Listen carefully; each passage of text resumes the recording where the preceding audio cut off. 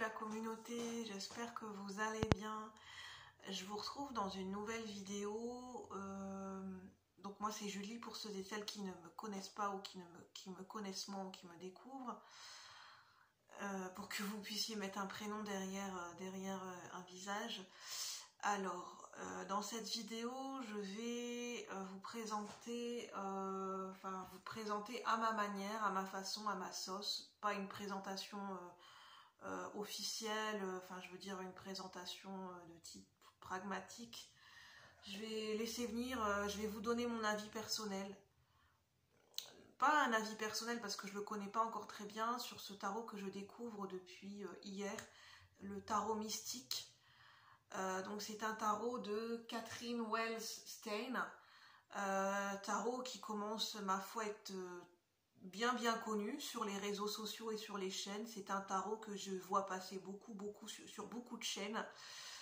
C'est un tarot que beaucoup de personnes commencent à avoir dans leur bibliothèque.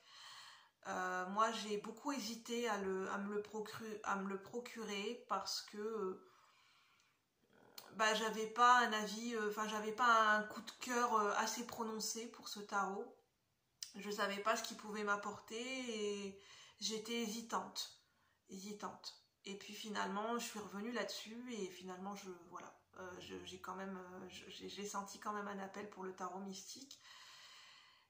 C'est un univers très particulier, le tarot mystique. C'est un tarot à base Rider-Waite, mais qui a bien son univers. C'est un tarot plutôt artistique, avec un univers bien particulier. Et il y a également un oracle qui est de la même artiste, de la même créatrice, qui s'appelle l'oracle des moments mystiques. Donc je vais vous présenter les cartes.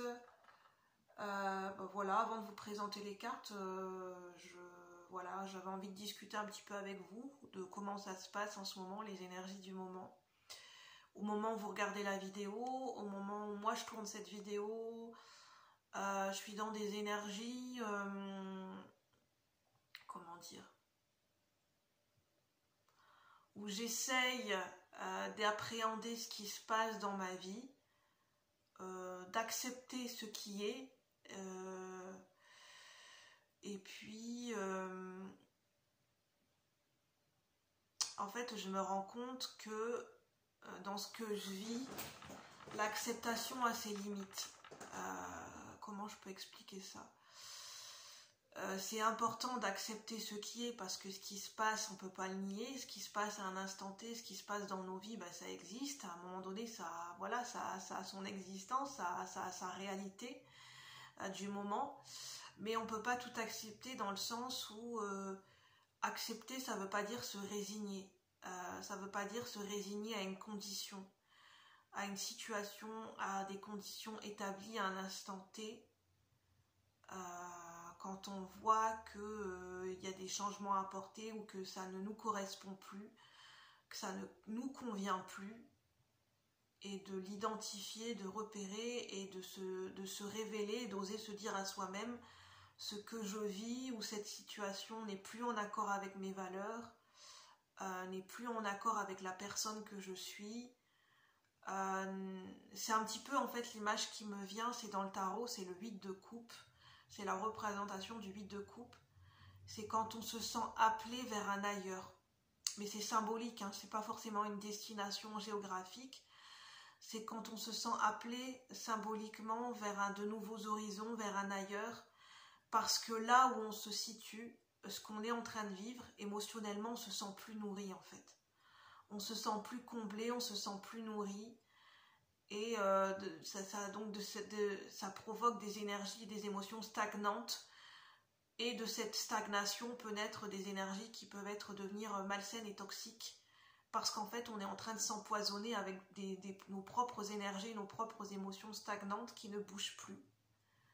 Parce qu'en fait on a fait le tour de la question, on a fait le tour de la situation, et qu'à un moment donné, on a besoin d'aller voir, c'est un peu l'expression, si l'herbe n'est pas plus verte ailleurs, même si on dit que l'herbe n'est pas forcément plus verte ailleurs, mais on a besoin d'expérimenter pour se rendre compte s'il n'y a pas autre chose qui nous attend, s'il n'y a pas meilleur, s'il n'y a pas quelque chose ou une situation ou des énergies beaucoup plus nourrissantes qui nous rendrait beaucoup plus heureux et beaucoup plus épanouis, et quelque chose de plus significatif pour nous. Et moi, c'est ce que je suis en train de vivre. Donc c'est ça, c'est l'énergie du 8 de coupe. Couplé à l'énergie de l'ermite aussi. Et couplé, je pense aussi à ce qui est bien l'énergie du 6 d'épée. Quitter aussi peut-être un état d'esprit, un état mental. Alors je vais vous montrer le tarot mystique. Alors je vais vous montrer, je vous ai montré la boîte. Je vais vous montrer, voilà, à l'arrière, si vous voulez faire un point focus ou une capture d'écran. Et puis le livret, ma foi, il paye pas de mine, mais c'est un petit livret qui est bien suffisant en fait.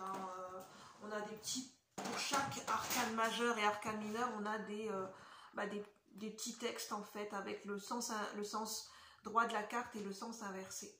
Par exemple, on a la mort et la tempérance. Je vous laisse faire des captures d'écran si vous voulez voir un petit peu ce que ça donne le livret. Voilà. On a une introduction avec voilà, la présentation des cartes, une introduction par rapport à ce tarot. On a des exemples de tirages. On a l'air d'avoir qu'un seul tirage qui est spécifique à ce tarot. Enfin voilà. Et on a une petite carte de présentation de ce tarot également. Donc je vais vous montrer les cartes. C'est un tarot donc Rider-Waite qui a son propre univers. Je vais vous montrer dans le désordre parce que j'ai utilisé ce tarot hier. J'ai pas remis les cartes dans l'ordre pour vous montrer un petit peu l'univers et pour vous donner mes impressions, mes premières impressions. Je trouve que c'est un tarot qui répond bien aux questions. En fait, hier, j'ai posé une question d'avoir des messages en profondeur. Ça m'a l'air d'être d'un tarot qui répond bien aux questions, qui est à l'écoute de ce qu'on lui demande, de ce qu'on lui pose comme question. Ouais, il peut bien répondre. Je trouve qu'il peut bien répondre aux questions. Assez efficace, assez réactif, je pense. Un tarot assez réactif à ce qu'on demande. Et puis, c'est un tarot qui est basé sur l'univers de la nature. Il y a beaucoup l'univers de la nature, de Gaïa, et des représentations beaucoup personnelles et imagées. Et puis, il y a beaucoup la symbolique du corps et la symbolique des vêtements, du décor, et de se fondre dans un décor, de se fondre, que nos vêtements se mélangent. Oui, c'est ça, l'énergie intérieure se fond dans le décor de l'énergie extérieure. Il y a comme une fusion entre l'énergie intérieure et extérieure. Enfin, c'est ce que je ressens de ce tarot dans les images. N'hésitez pas à me dire ce que vous en pensez, si vous l'avez déjà, si ça vous intéresse. Par exemple, là, on a le cavalier de bâton. Donc le bâton, ça représente la série des bâtons. Donc la série de feu, la série de l'énergie vitale, de la créativité, de l'action, de la sexualité sacrée aussi. Donc là, c'est la série des bâtons. Là, on a le cavalier de bâton, par exemple. Donc c'est le cavalier de feu. Donc qui est bien représentatif parce qu'on a bien un cheval, on a bien un cavalier qui est sur son cheval, sur son destrier, et qui est en train de passer un anneau de feu. Donc ça parle bien c'est bien représentatif du cavalier de bâton, qui parle de fougue, de prise de risque, de ce côté flamboyant, de ce côté fougueux, oui, de ce côté prise de risque, de ce côté acrobate. Et le cavalier de bâton, c'est celui qui prend des risques, c'est celui qui n'a pas peur d'oser, qui n'a pas peur d'aller à l'aventure. Et là, il y a vraiment le côté prise de risque du cavalier de bâton. N'hésitez pas à mettre sur pause si vous voulez bien voir les images. Alors ensuite, on a le 4 d'épée. Je pense que je ne vais pas tout vous montrer, je vous montrerai que quelques cartes. Le 4 d'épée qui représente la symbolique du repos de l'esprit, le repos du guerrier. Donc là, on a une énergie très douce et très reposante avec l'univers de la nuit, avec cette jeune femme qui est allongée sur un croissant de lune.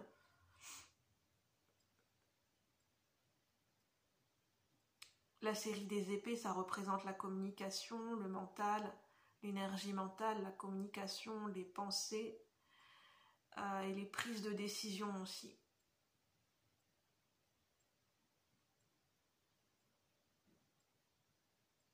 La communication avec soi et notamment la communication avec les autres. 4 d'épée. On a un as de bâton.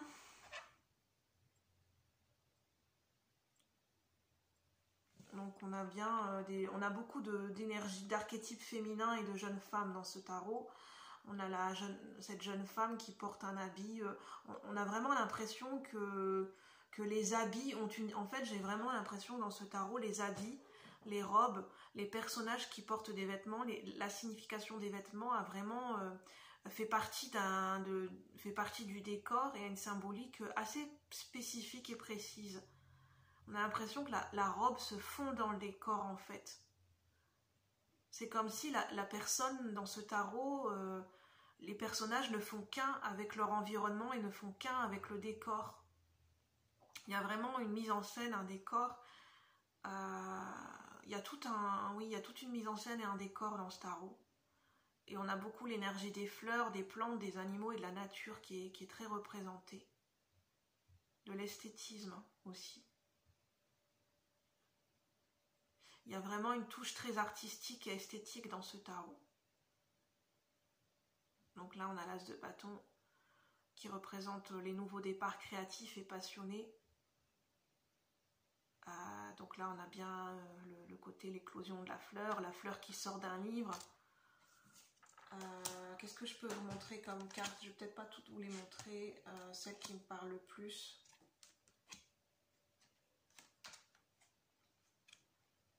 Je vous disais que en fait on a l'impression que les personnages et les animaux se fondent dans le décor.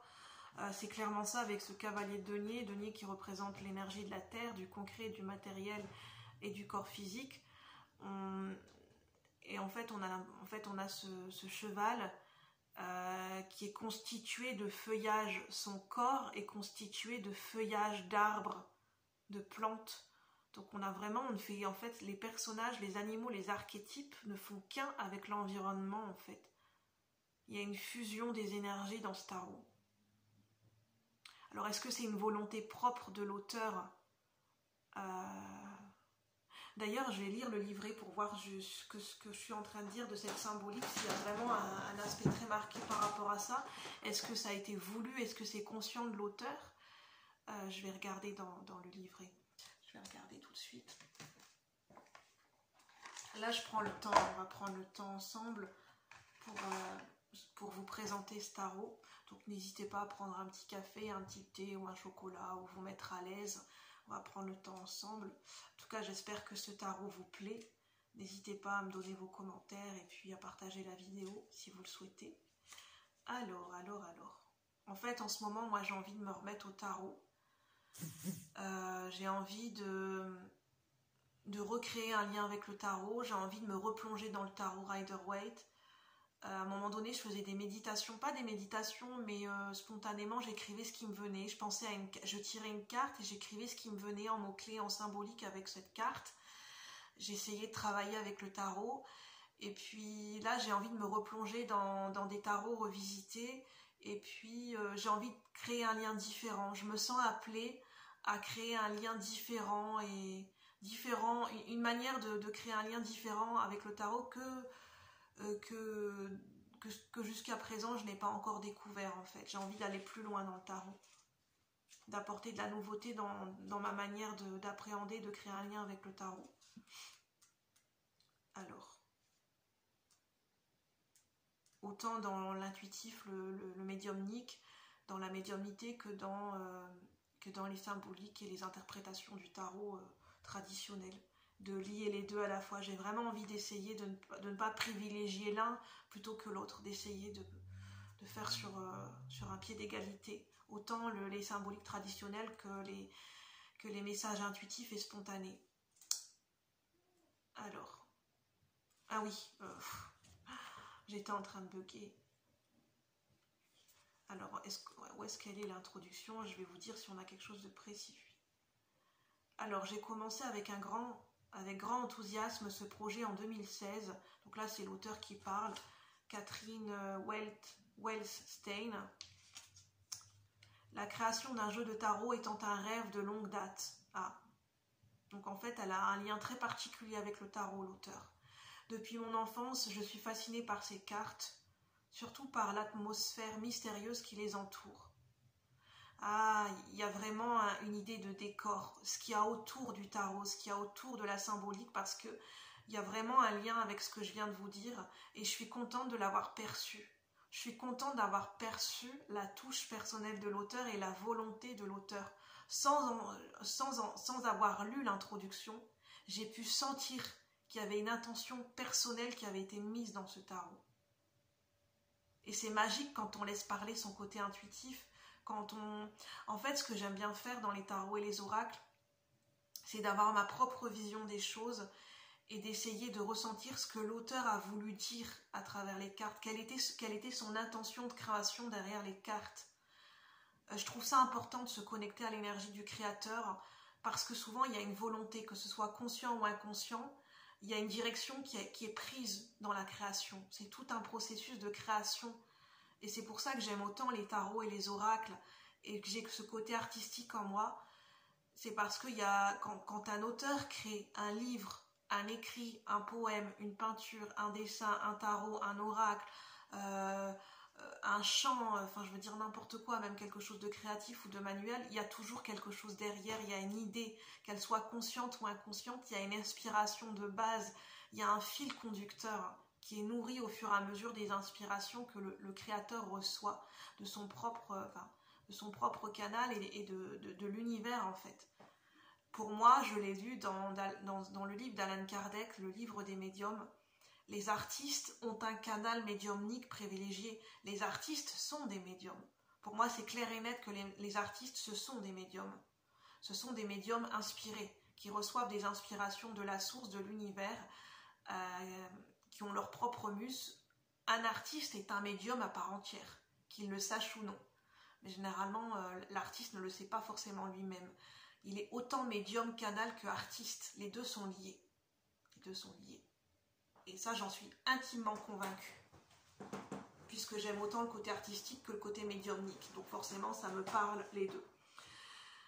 Alors, donc l'atmosphère mystérieuse qui les entoure. Après la Seconde Guerre mondiale, oh, c'est trop beau, il y a toute une histoire en fait, je suis impressionnée. En fait, il y a une histoire familiale.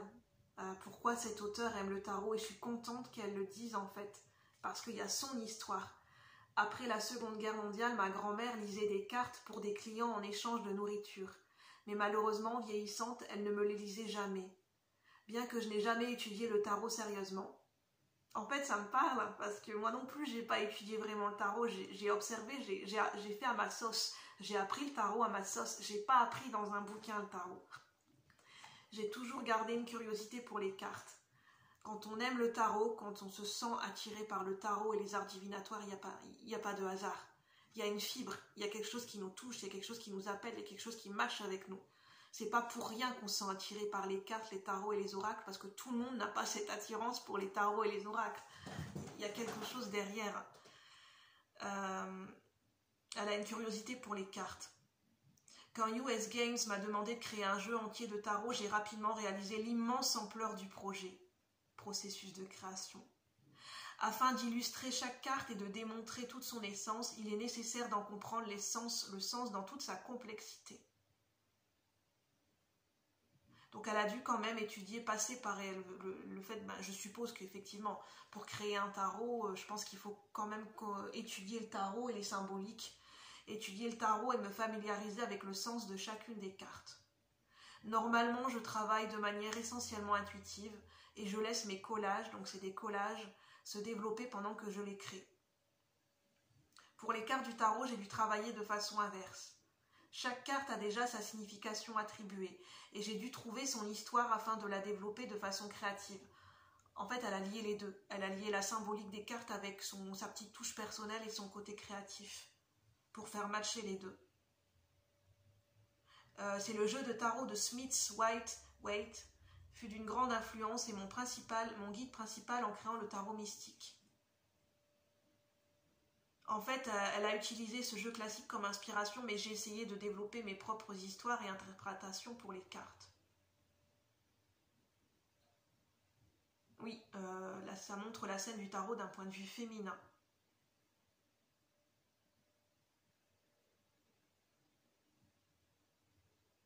Elle a dû créer souvent beaucoup d'images avant d'attribuer quelle image serait la plus correspondante pour chaque lame du tarot.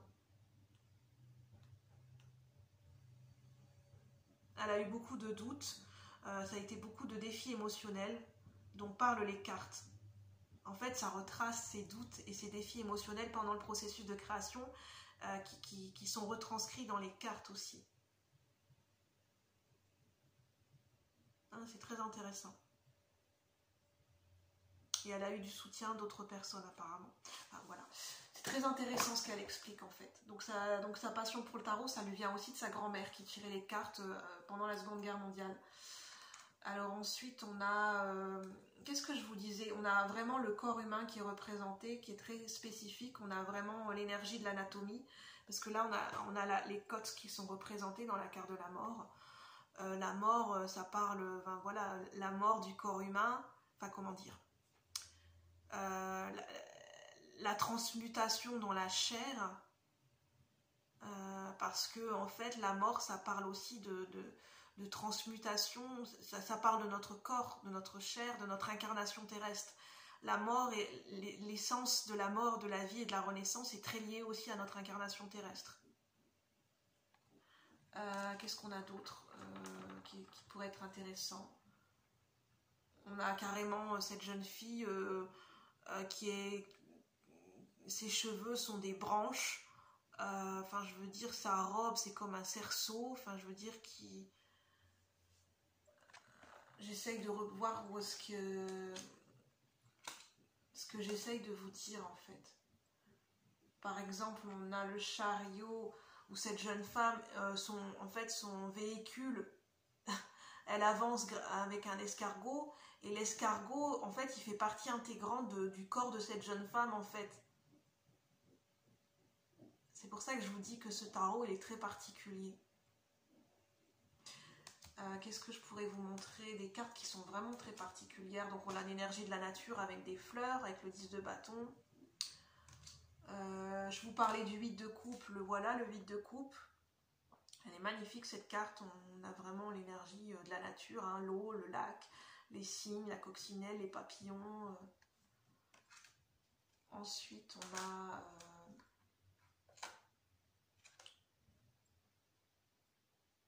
quand je vous disais qu'en fait les vêtements sont un décor en eux-mêmes, en fait la robe de cette jeune femme présente un décor et une mise en scène en elle-même. Parce qu'à la fois c'est un jeu d'échiquier et en même temps c'est la robe de cette jeune femme. Donc en fait ça se fond dans le décor. En gros ça veut dire que je pense que Coco Chanel pourrait le dire parce qu'elle était styliste. Et n'importe quel créateur de vêtements, de styliste, que ce soit Jean-Paul Gaultier ou Coco Chanel ou je sais pas, ou Christian Dior, vous direz les vêtements que l'on porte racontent une histoire. Quand on porte un vêtement, que ce soit la matière, la couleur, la manière dont on la porte, ça raconte une histoire. C'est en lien avec notre personnalité, c'est en lien avec notre énergie du moment. Ça transmet un message à l'extérieur en fait. Le vêtement que l'on va porter, la manière, on ne choisit pas nos vêtements de manière anodine. Donc pour moi, je ne sais pas si cet auteur avait un goût prononcé pour le stylisme, pour les vêtements, pour les décors, mais je pense qu'elle avait un goût très prononcé, que ce soit inconscient ou pas, pour l'esthétisme, pour la beauté, notamment pour la mode, le stylisme, les vêtements. J'en suis pratiquement convaincue. Quand je vois ce tarot, j'en mettrai ma main à couper qu'elle a un lien avec ça. J'en suis pratiquement sûre.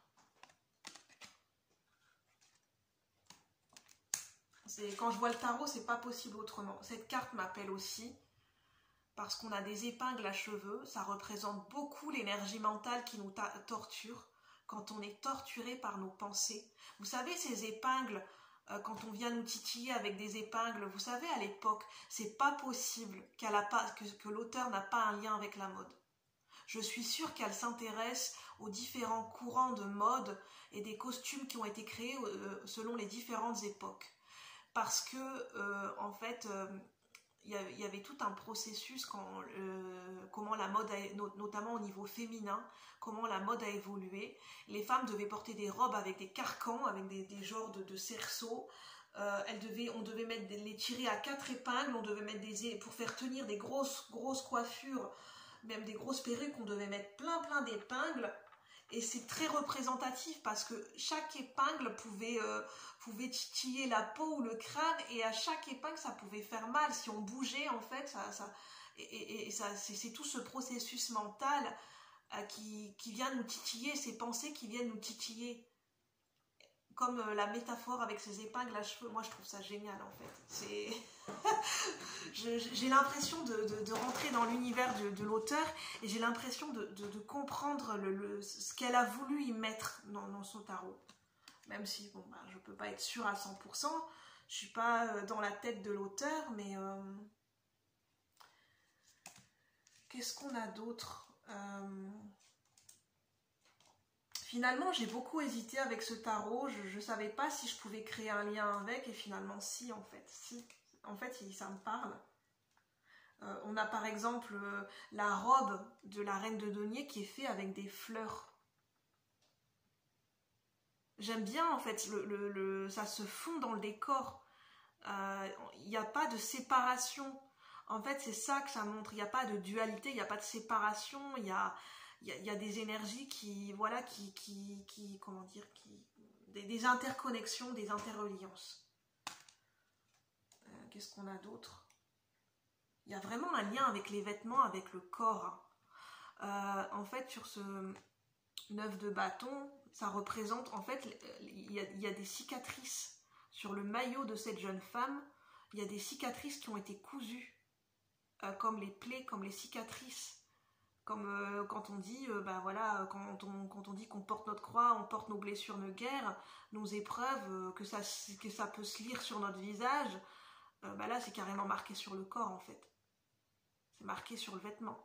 On dirait presque même à même tatouer la peau, quoi. C'est super intéressant.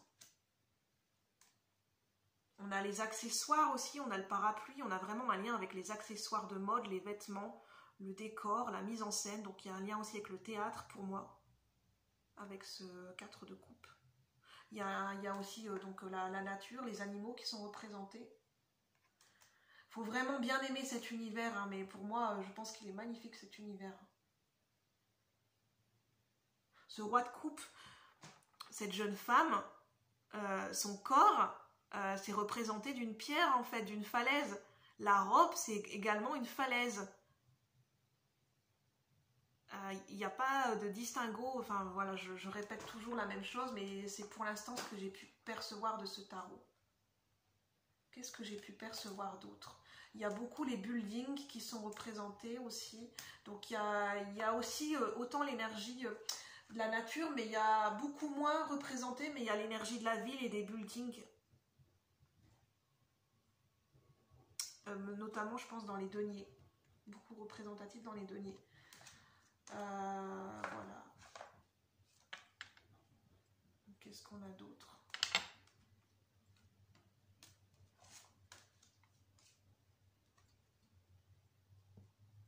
On a les yeux sur le corps. Le corps est un instrument de beauté, le corps est un instrument qui permet de recevoir de messages. Le corps est un messager en lui-même. C'est ça ce qui transfigure dans ce tarot. Elle a voulu montrer que le corps en fait est un art en lui-même. Enfin, je veux dire, aujourd'hui on peut faire de la peinture sur le corps, à la Renaissance le corps était mis en avant dans des peintures, dans des sculptures. On a le corps qui est mis en avant aussi beaucoup plus dans les films, dans le théâtre, dans l'art de la photographie. Le corps est, enfin je veux dire, c'est un moyen d'expression à part entière en fait.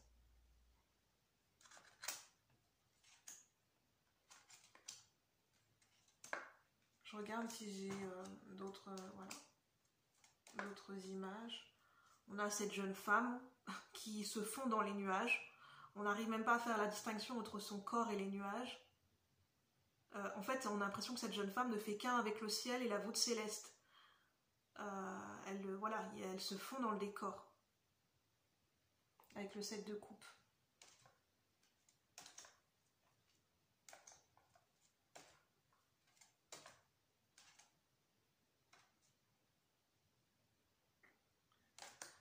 Il y a vraiment aussi des constructions qui sont mélangées, il y a vraiment le contraste, il y a la fusion entre la ville, entre les constructions et le côté naturel en fait.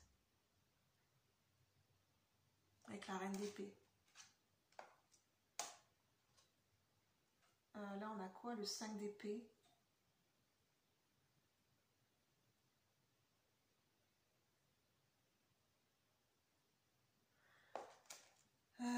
On a des sirènes.